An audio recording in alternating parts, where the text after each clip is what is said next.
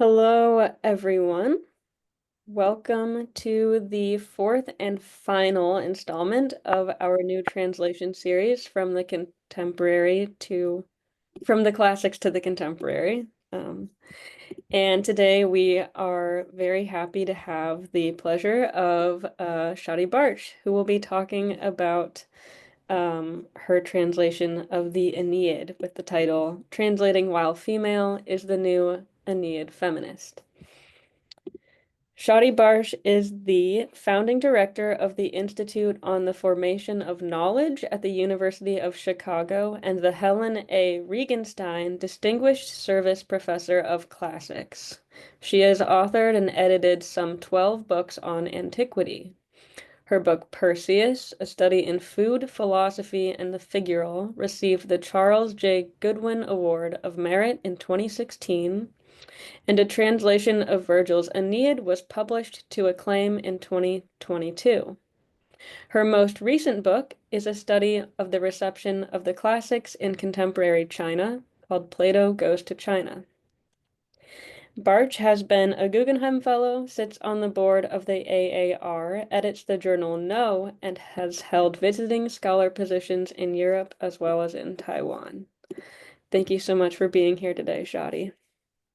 Thank you, Megan, and good evening, everybody. Thanks for joining us. In this lecture, I'd like to share some of my experience translating that archetypal essay of the West, or rather epic of the West, Virgil's Aeneid, one of the poems often cited actually as an example of white imperialism in today's anti-classics movement, which obviously as you'll see, I do not agree with. My translation came out, as Megan said, in 2022 or 21 from Random House. Here it is. Oops, you can't see it because I have my screen thingy on. But I assure you it's a masterpiece. And it was the result of many years of work during which I slowly formulated 3 guiding principles for translating this poem.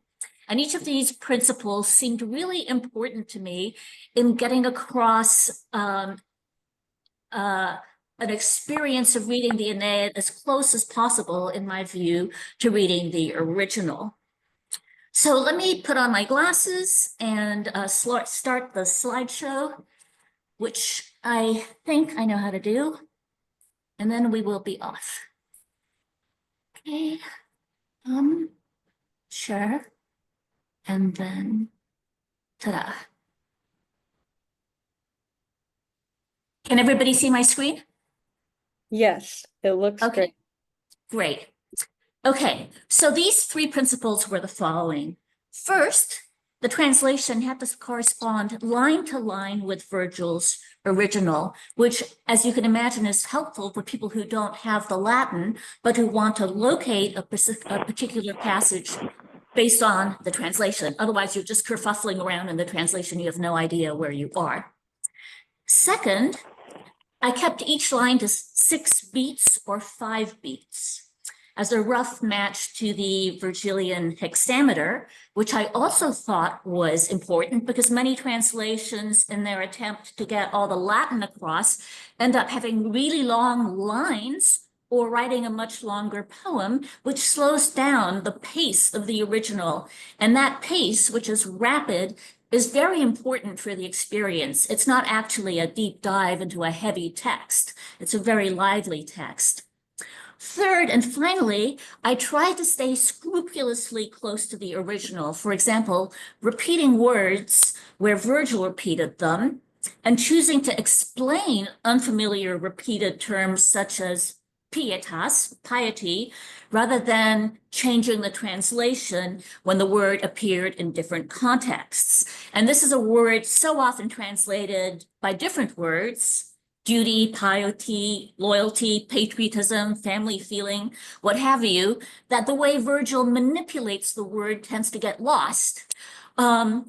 Just as it does, for example, with the use of the verb condo at the very beginning and the very end of his epic, a very meaningful wordplay.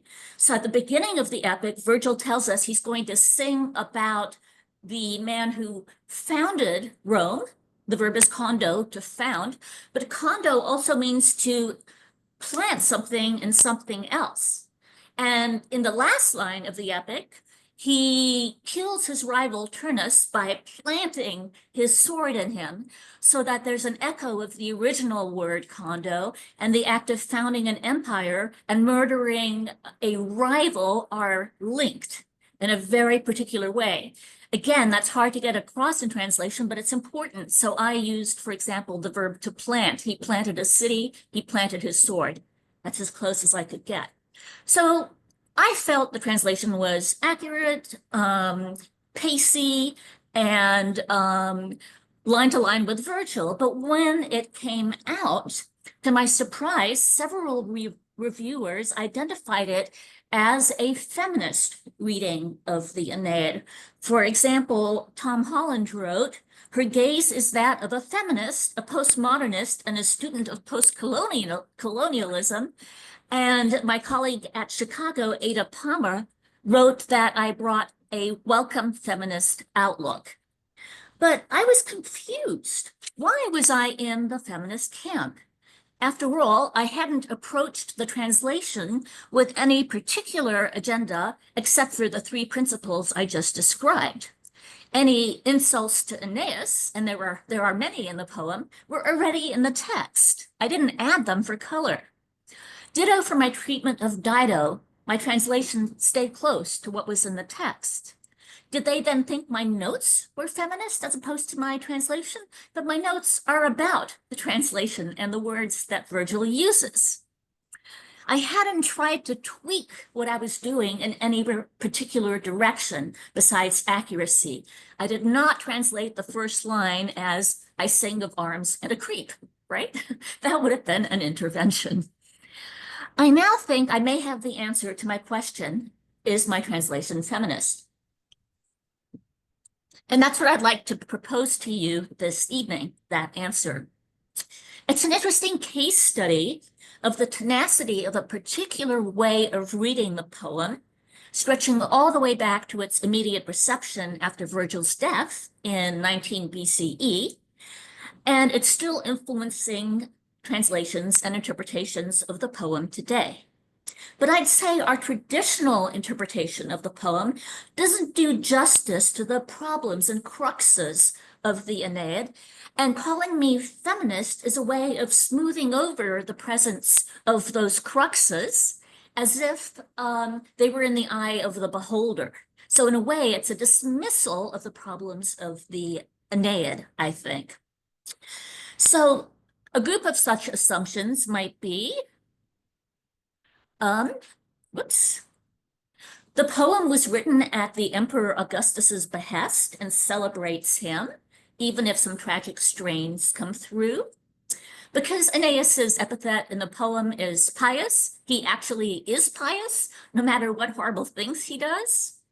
Because Homer's epics had heroes, and this is the Roman answer to Homer, therefore Aeneas is a hero. And the only reason Virgil, according to Suetonius, asked for the poem to be burned was that it was imperfect and unfinished, no other reason. These are the staples of how many people approach the poem still today.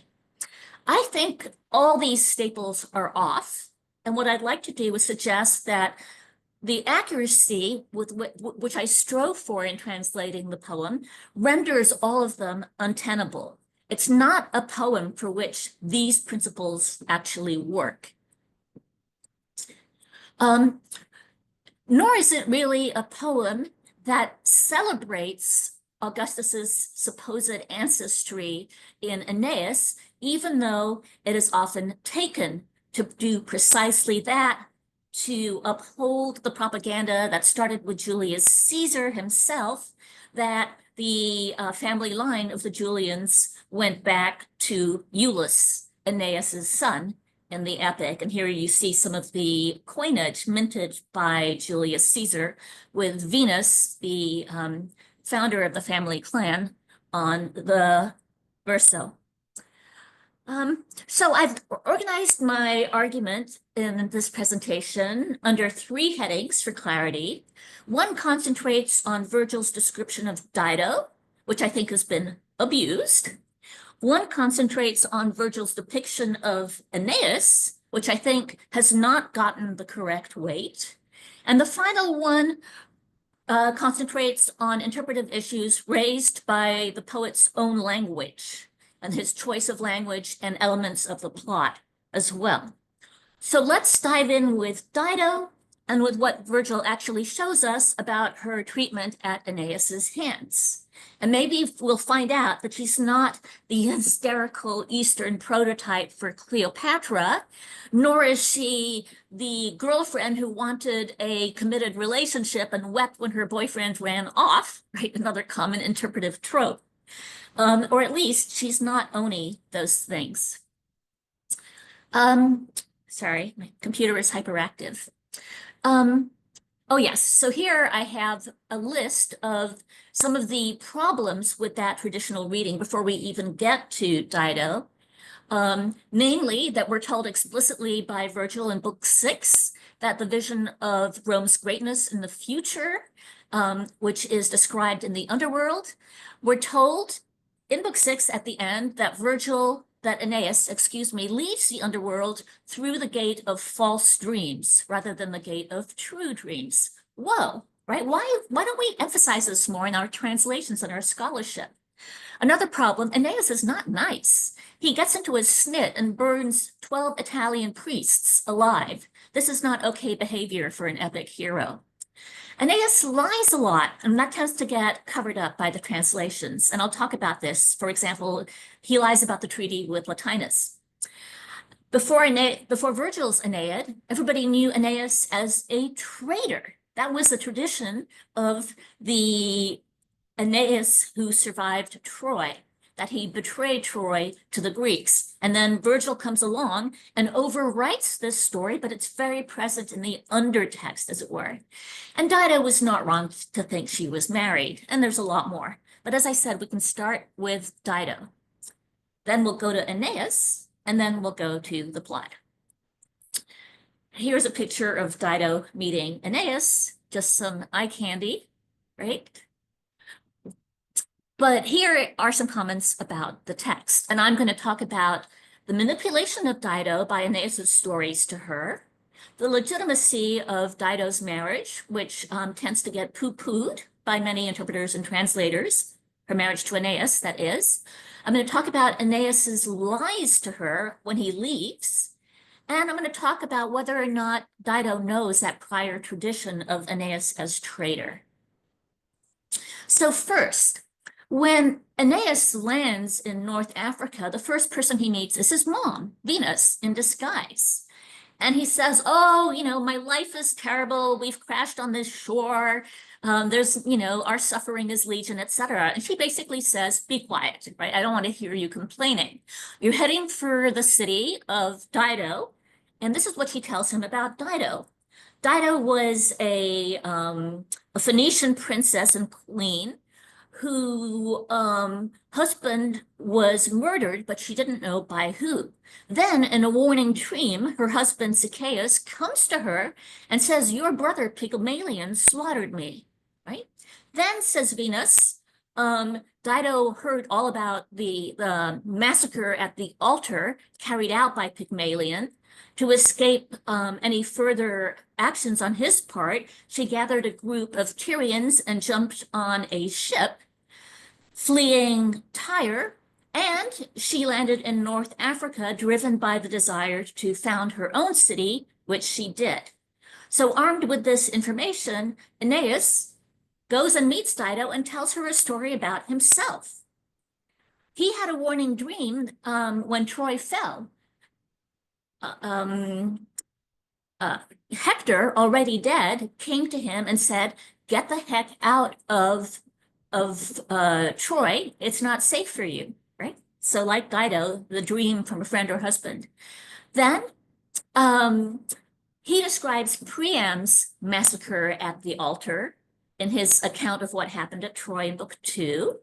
He talks about his terrible voyage over the ocean, seeking to found a city in books 2 and 3. And he tells Dido that that has been his purpose from the start, to found something, thus appealing to her in multiple ways. We don't know if this story is true or false. The only person who gives us a tale about what Aeneas was doing before he meets Dido is Aeneas. So either we have to believe everything he says, or we have the option of thinking, golly, that story sounds a lot like what Dido just went through. Okay. Next, Dido doesn't make up the idea that she's married to Aeneas. See, she accepts the understanding of Juno, the queen of marriage, who earlier has said to Venus, I will join Dido and Aeneas in a stable marriage, and I will pronounce her his. There's no ambiguity. Aeneas doesn't think they're married because he's not used to getting married in caves while the nymphs ululate. But from Dido's point of view and Juno's point of view, this is what happens. Dido marries Aeneas in the cave.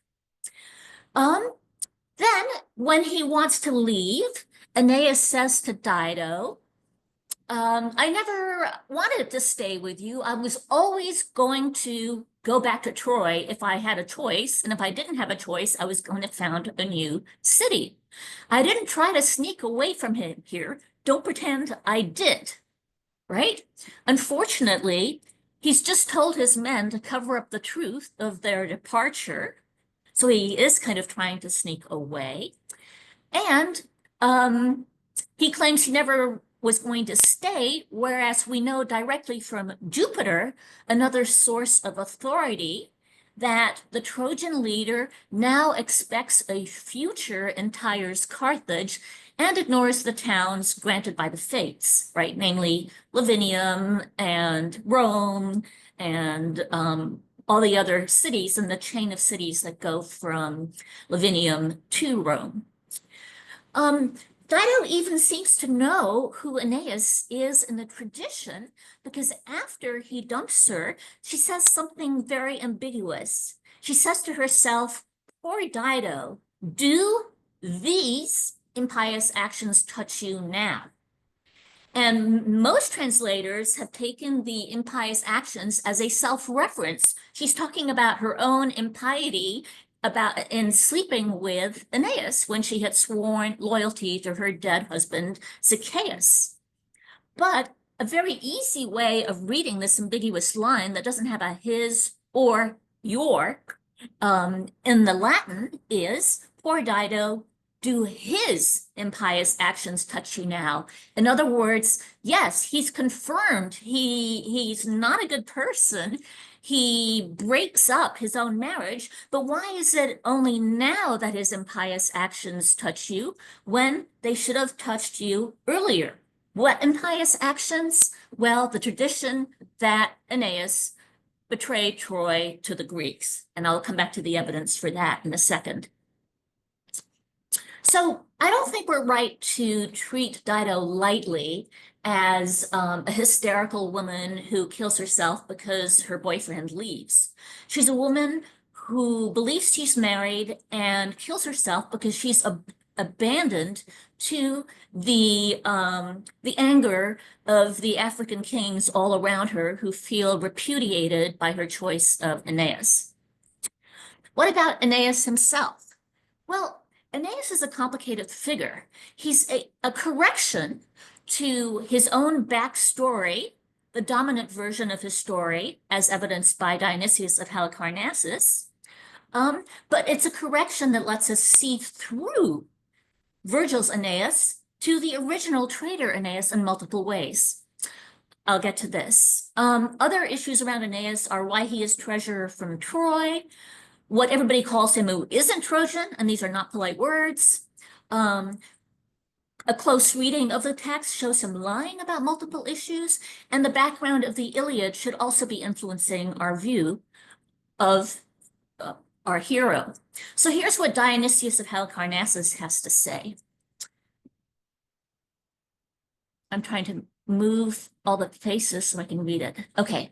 When, however, Aeneas and his refugees sent heralds to the Greeks to treat for peace, this is after the fall of Troy, the Achaeans, the Greeks, held an assembly and made peace with Aeneas and his refugees on the following terms.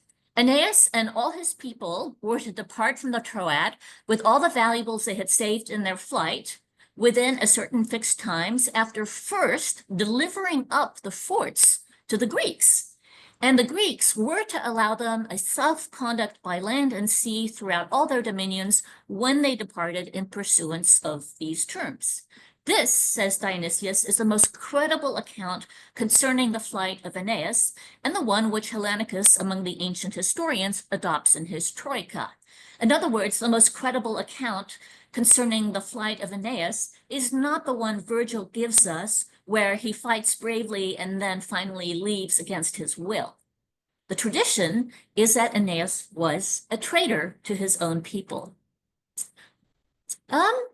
Another problem. Aeneas, when he lands on Dido's shore, tells her he's shipwrecked, penniless, miserable, and she takes pity on him, right? But after telling him this, he orders that gifts be brought to her from his boats. Okay, and what are these gifts? Well, they're pretty strange. He tells Achates to bring things snatched from the ruins of Troy. Snatched from the ruins of Troy? A cloak stiff with, sorry, terrible typos. A cloak stiff with golden thread, a veil edged with saffron-dyed acanthus, which things were Argive Helen's finery taken from Mycenae when she left for Troy and her illicit marriage. Her mother Leda's gorgeous gifts to her. Also, a scepter that once belonged to Priam's oldest daughter, Ileone, a necklace set with pearls, and a crown ringed twice with gold and gems. What is all this treasure from Priam's family doing in Aeneas's boat? How on earth did he get Helen's wedding regalia? The wedding regalia of Priam's daughter-in-law and her mother's gifts. How did he get a scepter that belonged to Priam's daughter, right? This is kind of shocking stuff. He doesn't talk about any of this in his story when he's running around avoiding flames and trying to escape and losing his wife in the process, right? So this is very jarring.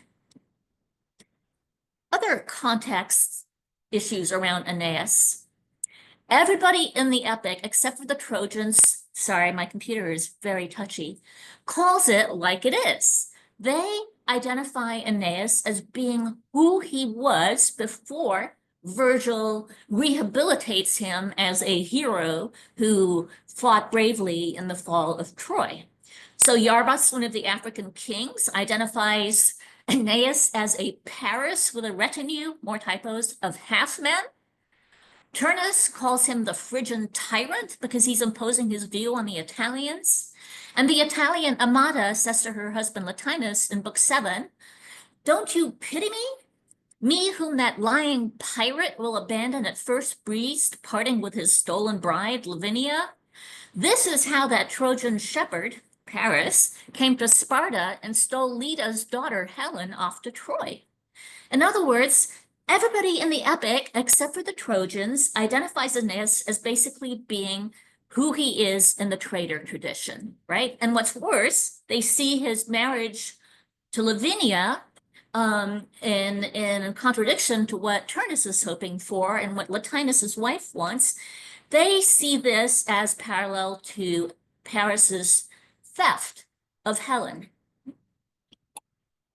which started the Trojan War in the first place. This is not good stuff.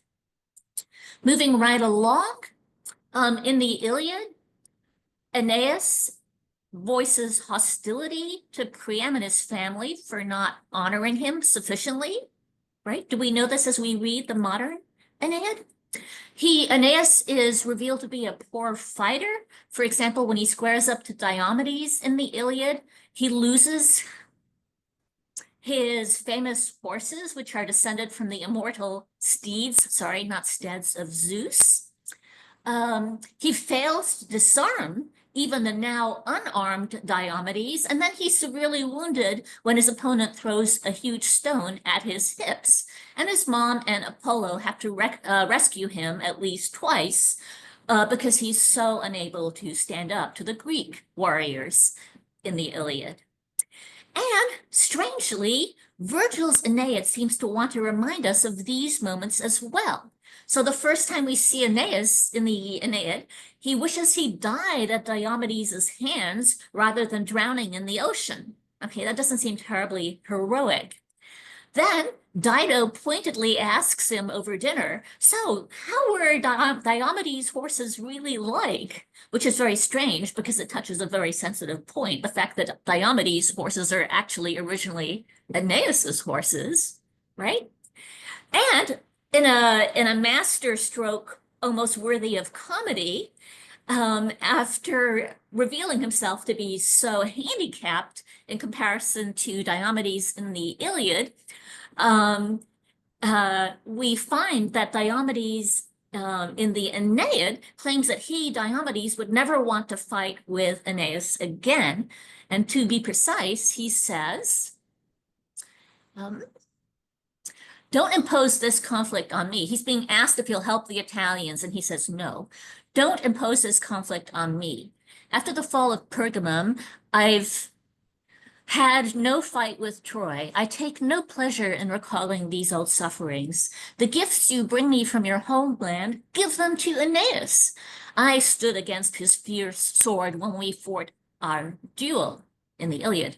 Trust me, I saw how high he loomed above his shield, how forcefully he hurled his spear. Why, if Ida's land, Troy, had raised two more like him, the Trojans would have reached the Argive towns with ease, and defeated Greece would mourn her fate.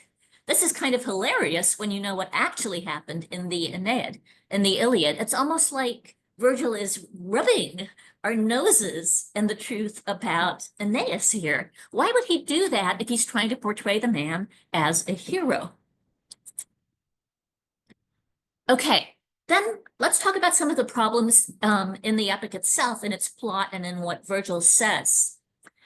So we could talk about condo and the cost of empire, and this is in reference to Virgil's brilliant use of that verb at the beginning and end to frame the epic.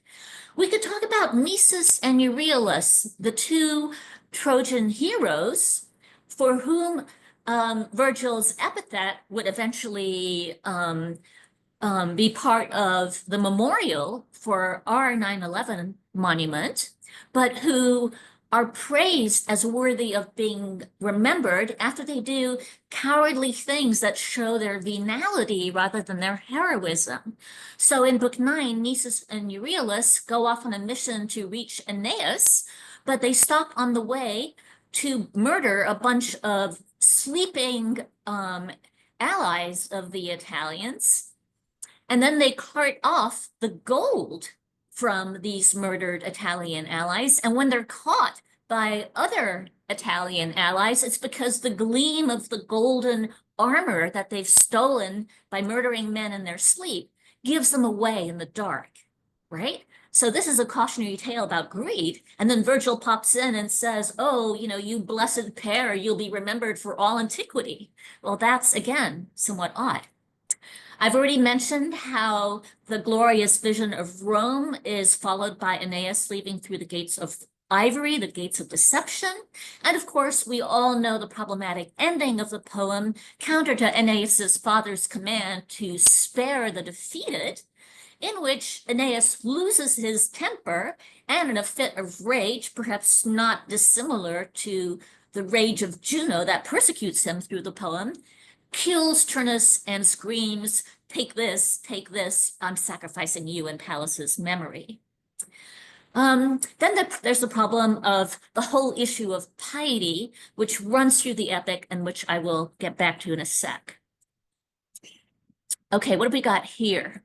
Oh, we've got the problem of Aeneas as a liar, which I alluded to, and what's really shocking to me is that in the poem, when Aeneas decides all of a sudden after Mercury's scary visit that he's not going to stay with Dido and be her husband, but he's going to get the heck out of North Africa and go found his city like he's supposed to and like Jupiter is ordering him to do, what does he do? He doesn't tell Dido, right? He tells his men to start packing up the ships, and he says, just simulate our departure to Dido until at least I can catch her in a good mood. Well, he doesn't catch her in a good mood. She finds out. It's pretty obvious because the shore is full of ships and men scurrying around putting stuff on the ships. And she says to Aeneas, did you hope to conceal this from me, that you are going to run away? And he says, don't say I was going to conceal anything, right? I would never do that. I was going to tell you. But he doesn't confess to her, obviously, that he has, in fact, told people to dissimulate. And the proximity of the two verbs, dissimulare, for what Aeneas does and then what Aeneas says he's not doing, make the contrast pretty clear and pretty shocking, I think. But most translators don't use those words. Okay, what else? Well, one of the problems that has bedeviled our interpretation is not only an inability to see all these spots in the text, in which Aeneas emerges as the original Aeneas, thanks to Virgil's clever layering of texts, but our translations and our interpretations have also been constrained by histories of reception of this poem. And of course, the most famous perhaps history of reception or moment of reception is not so much this moment, which I'll come back to, but the original comments of Servius and Donatus right after the poem was taken up by Augustus and used in the schools. Their interpretation of the poem was very explicitly that Virgil's intention was to imitate Homer and praise Augustus by reference to his ancestors, right? So the poem is published against Virgil's wishes. It becomes a staple in Roman education under Augustus. We're told by Servius and Donatus that the purpose of the poem was to celebrate Augustus as the descendant of Aeneas, and then we have other constraining factors in reception. Just to focus on Mussolini, for example, he read Virgil's Aeneid as a straight celebration of empire and decided that his fascist empire was going to be portrayed as the return of Virgil's Rome without limits of time or space. Okay. And he portrays himself, Mussolini, as a new Aeneas, and he saw the Aeneas's values and themes, the agrarian motif, the rise of empire, the founding of empire, and the necessity of war, as valuable tools for promoting national unity, solidifying his fascist regime. The poem also comes to us with a taint of a century of British elite students at Oxford and Cambridge and other schools being taught the poem as a celebration of empire and being implicitly taught that this empire is continued in the British Raj, where the sun never sets, right? And then we have things like T.S. Eliot's essays about the Aeneid and how the poem is about bringing the values of civilization to the uncivilized and so forth, right? So the constraints around the interpretation of the poem for hundreds of years, and also including its reception by the American settlers, is basically that it's an imperial poem celebrating empire, right? Through the figure of Aeneas's conquering of the Italians and his establishment of the town that would finally become Rome hundreds of years later. Aeneas, in short, is kind of the figure of manifest destiny going east from Troy and founding a new empire, which resonated not only for Mussolini, but for the early Americans. Okay, so we have all sorts of problems encouraging us not to look at the spots in the poem where the standard interpretation is rendered problematic, the spots I've talked about, and part of the bracketing that we find ourselves in is precisely due to the interpretation of the poem for so many centuries as being about empire. People just assume when they come to it that it's about empire, but it's not. It's an exposure of the problems with Aeneas, going all the way back to his first appearances in the Iliad. And so even if Augustus and Julius Caesar claim that Aeneas was their ancestor and that this is a good thing because it means they're divine, even in the face of that, we are shown in this epic, if we open our eyes, that Aeneas in the Aeneid is still reminiscent of Aeneas the traitor, and that many people seem to be eager to identify him as such, possibly even Dido herself, as he's leaving her.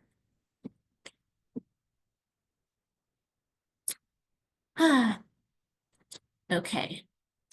And another constraint is the history of translation itself. Because if you look at figures like Dryden, or even much more recently, like Fagles, the driving theme of Aeneas's bad behavior gets completely lost in translation. So, for example, we keep getting told that Aeneas is pious, but Dido and the Italians and everybody else think he's impious. But the reversal of pious Aeneas in their language is lost in translation because these translators use different words for the term pious or impious throughout the epic and obscure the cancellation of pious Aeneas by this multiple vocabulary. So Dryden uses so brave, so just for pious in the beginning of the poem. And then he uses faithless, more typos, for impious in Dido's mouth in book 4, when she calls him an impious husband, right, which he is. How would we know they're related if we're reading Dryden? We wouldn't. And when she calls him a traitor, he translates this as base and ungrateful. But that's not what she says. She says he's a traitor, right? Recalling his behavior at Troy in the traditional version of the story. Similarly, in Fagles' translation, Aeneas is introduced as famous for his devotion, right, as a translation of piety. And again, this completely dilutes the force of Dido's criticism of him because she doesn't say, hey, you are undevoted, right? She says you are impious.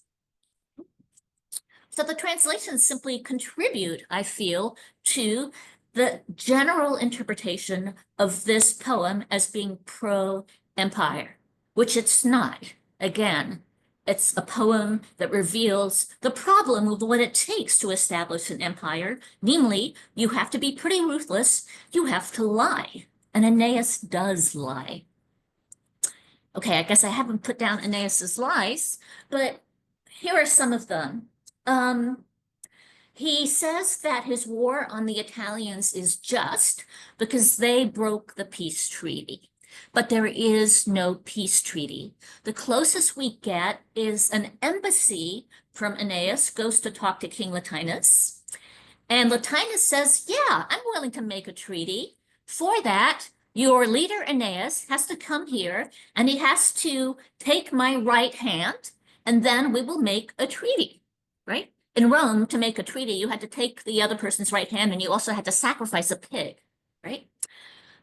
Aeneas never takes Latinus's right hand. War breaks out earlier because a stag is killed and both the Italians and the Trojans go at it, right?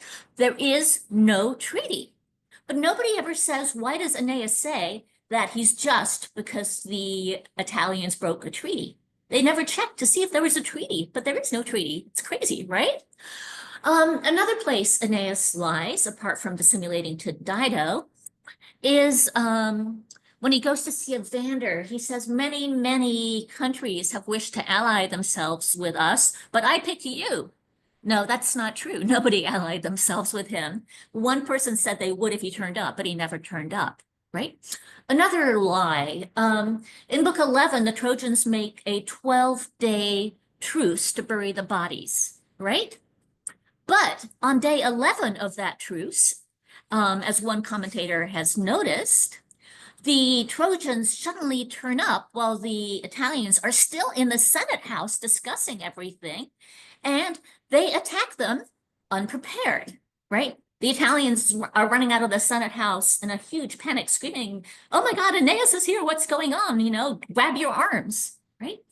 So there's a possibility that Aeneas even breaks the treaty he does have, which is the 12-day truce, in the interests of defeating the Italians and taking them off guard.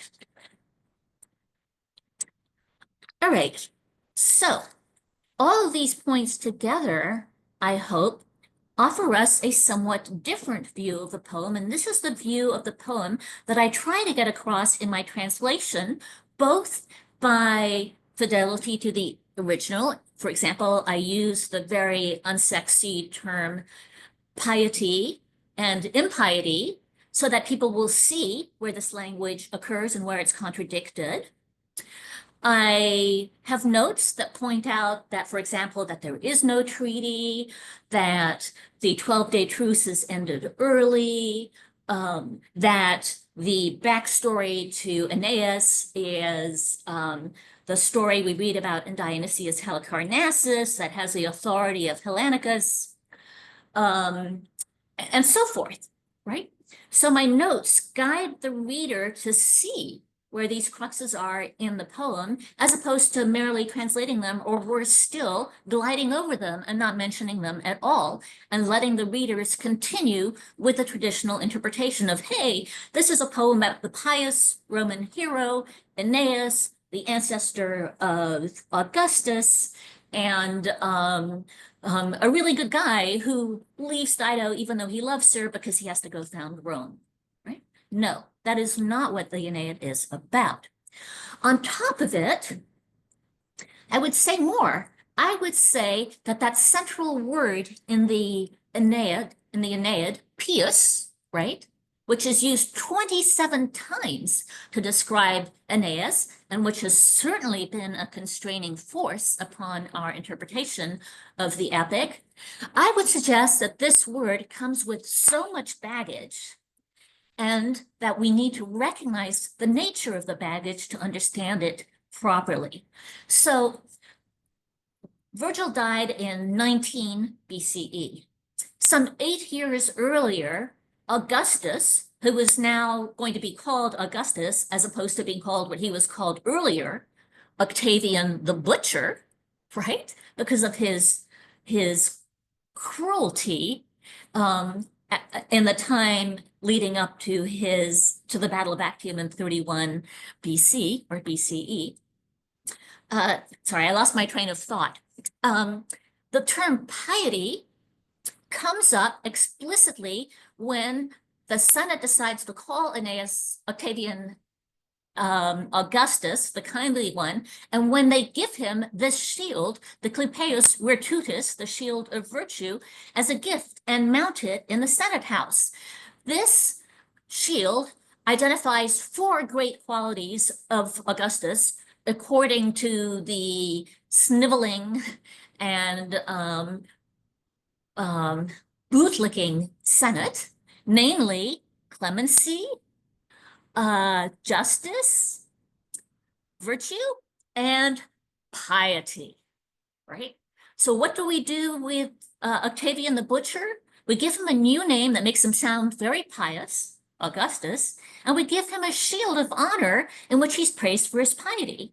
8 years later, Virgil writes a poem about the founder of Rome, Augustus's ancestor Aeneas, and calls him pious 27 times, while showing him doing things like lying, betraying Dido, burning Italians alive, and losing his temper in the final lines, right?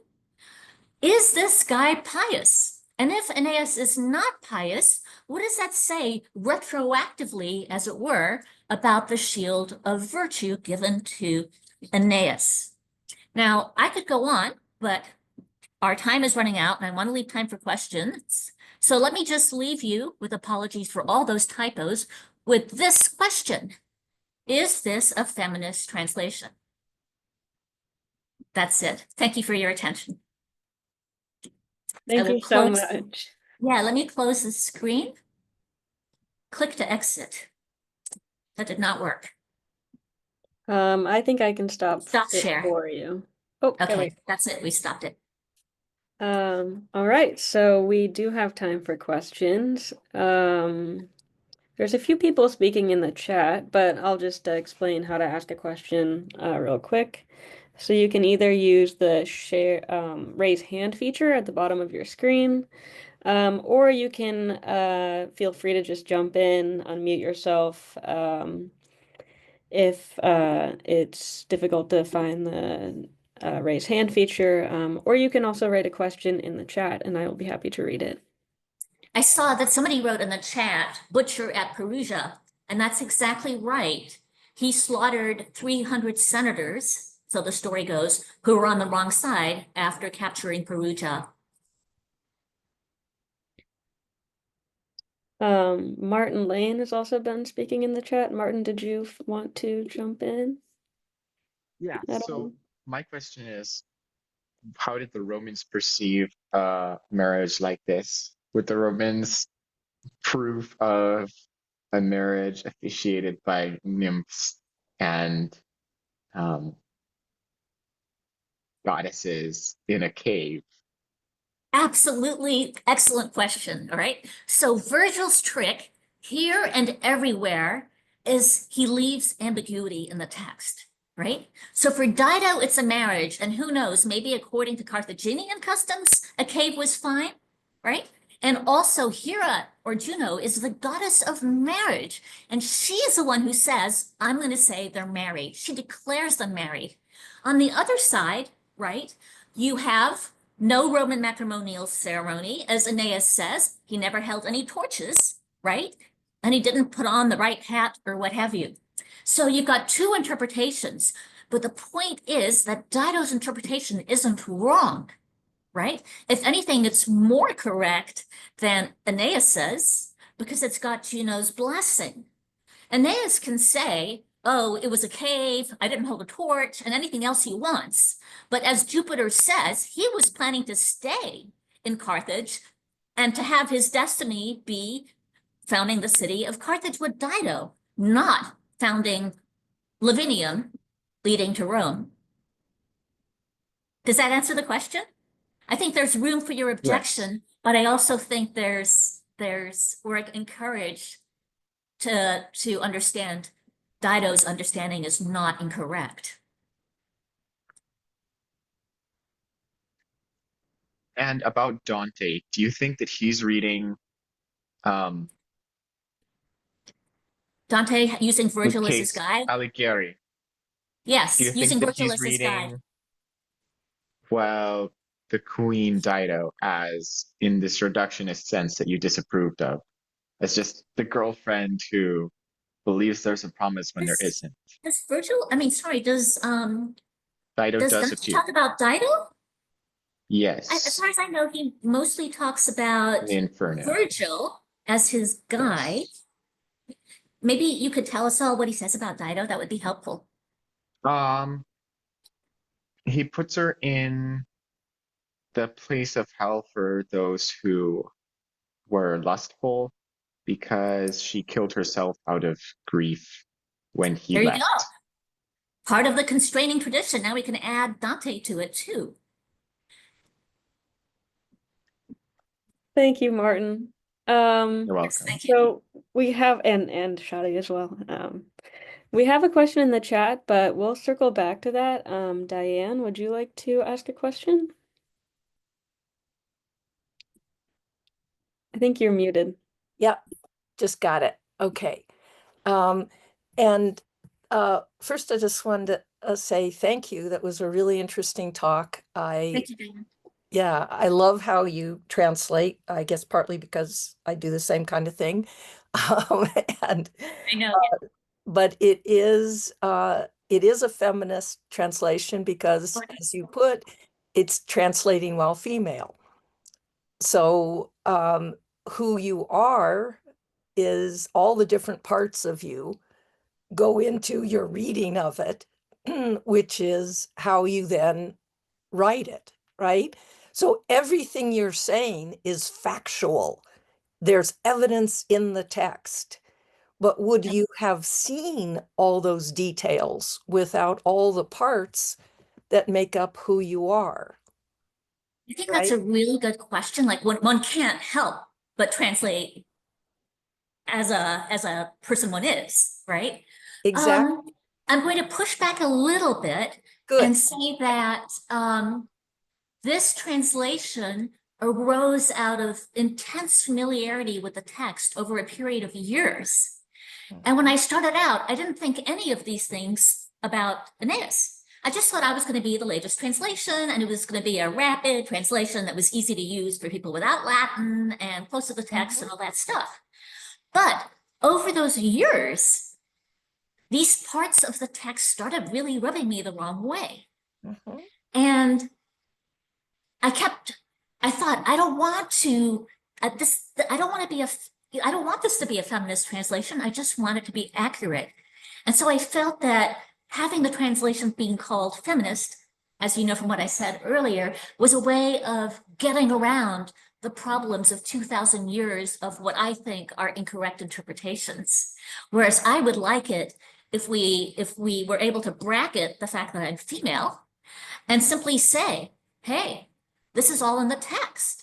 Why have we been reading this way for 2,000 years? Oh my God, maybe it's because Augustus and Servius and Mussolini and Dante and everybody read it this way.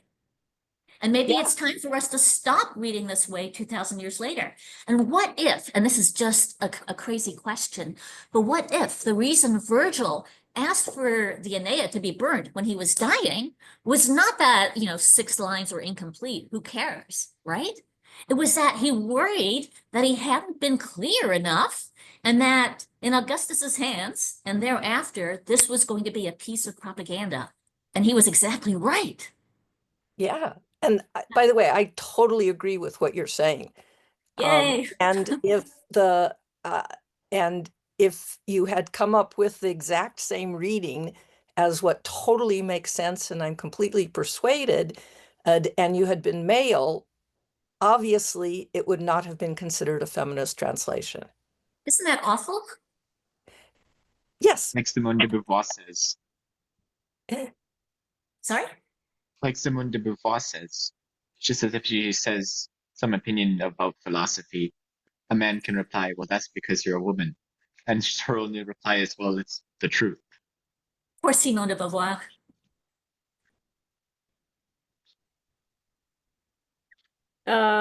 Thank you.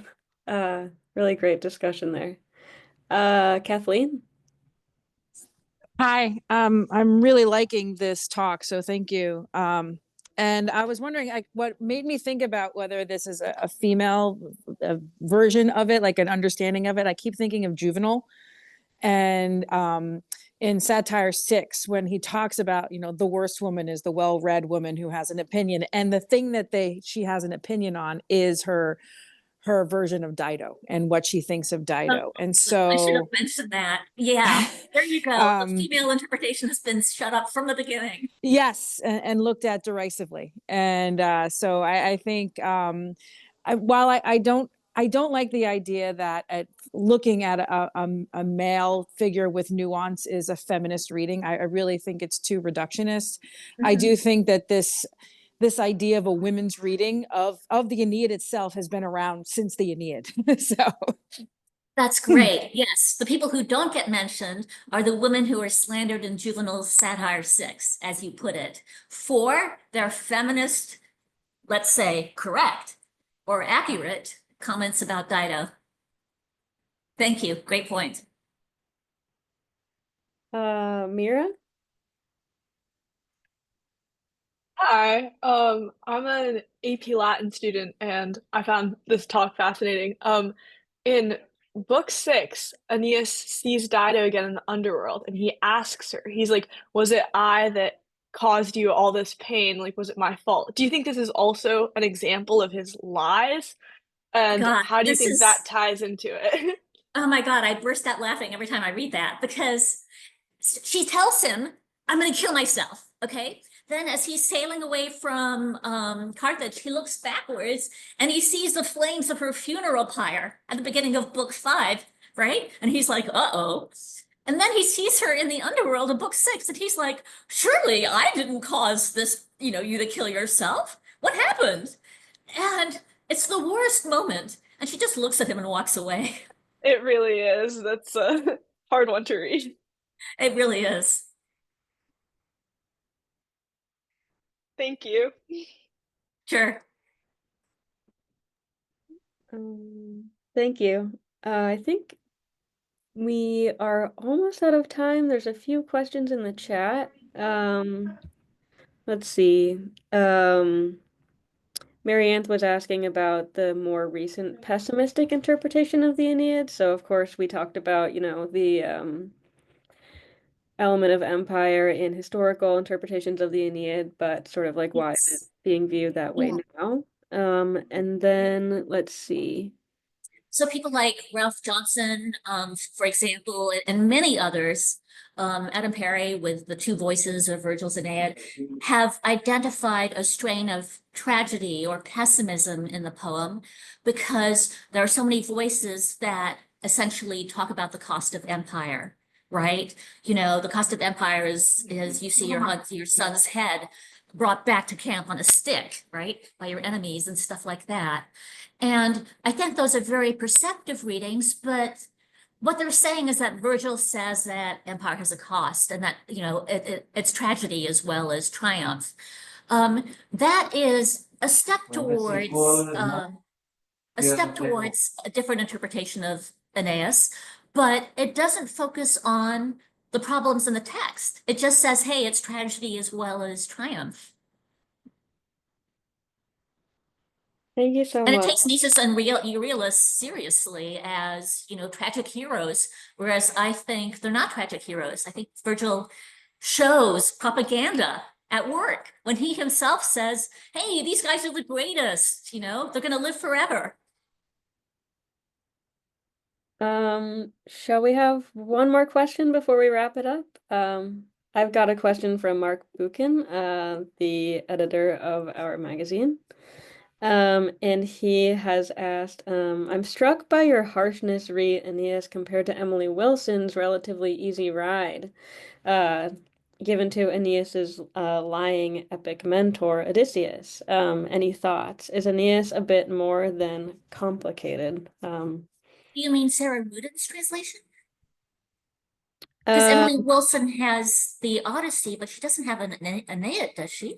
I think he's talking about how if the Iliad is a response to the Odyssey and Emily Wilson is sort of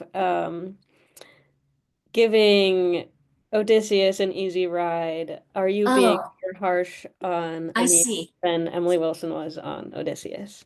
Does that I don't seem think correct? I don't think those oral epics, the Iliad and the Odyssey, I don't think they have the same valence as Virgil's carefully constructed literary epic that plays with the Iliad and the Odyssey. So I don't think necessarily that there are moments in the Odyssey where we're supposed to be critical. I mean, possibly when he kills all the maids along with all the suitors upon his return to Ithaca. But, Emily Wilson has been asked, is yours a feminist translation? And she says, absolutely not, right? So she, in a way, is part of the camp that if you translate straight, it's just a pure translation. But she does give Odysseus a free ride, in my opinion. I mean, no, wait, I'll take that back. She could be seen as giving Odysseus a free ride because she doesn't criticize things we find strange, like the killing of the suitors, but naturalizes it. But in a way, she's right to do that because I don't think the original audience of the Odyssey would have criticized him for killing the maids either, right? So yeah, she doesn't criticize him, and I do think Aeneas is a problem figure.